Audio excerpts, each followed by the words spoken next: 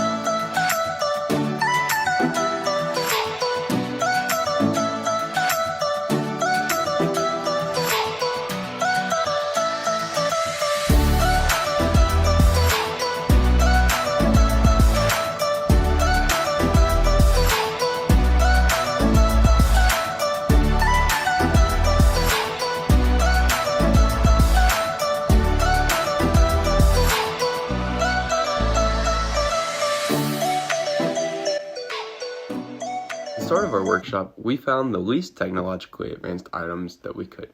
For some of us, this may have been an old camera, or you could have been as simple as me with a one-piece golf ball, maybe even your advisor if they aren't that technologically advanced.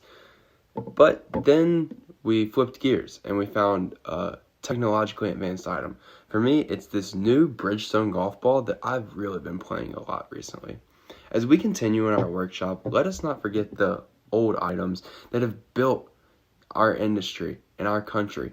However, let's pay attention to how items have changed over time and how we've made progress. As we dive deeper into the FFA and its history, I want us to think about these couple of questions. If we're with a group of people, feel free to pause the video and chat about these answers. However, if we're by ourselves, let's pause the video, throw these answers down on a piece of paper, and then unpause for the next question. Why do you think it's important to remember history?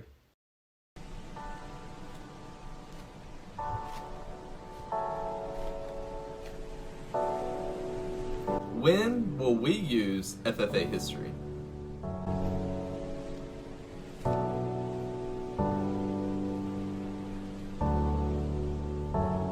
How has the FFA worked to rewrite history?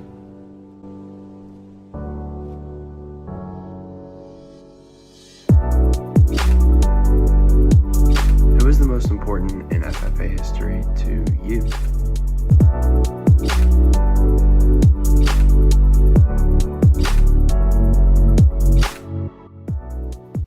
Now, I'm sure that all of us had varying answers for these questions, whether it be in a discussion or written down on that piece of paper.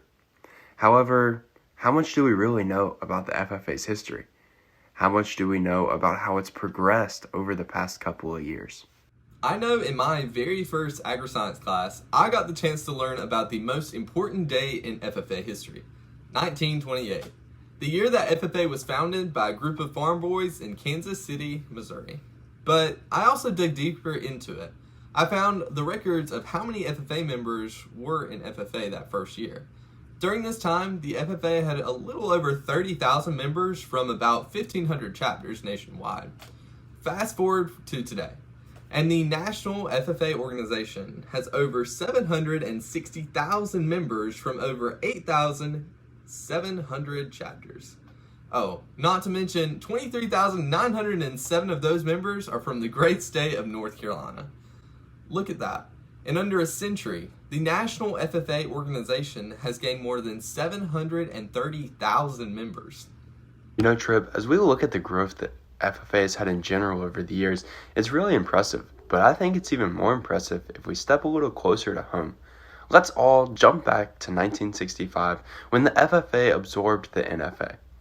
If we look at today in North Carolina with agriculture education, currently roughly 22% of agriculture education students emerge from an African American background. And even more impressively, 16% of our FFA members in the state of North Carolina emerge from that same African American background. And the number is continuously growing, and we're continuously getting better. I'll take a couple seconds, pause this video, and see if you can answer this question. Who were the first two female delegates at the National FFA Convention?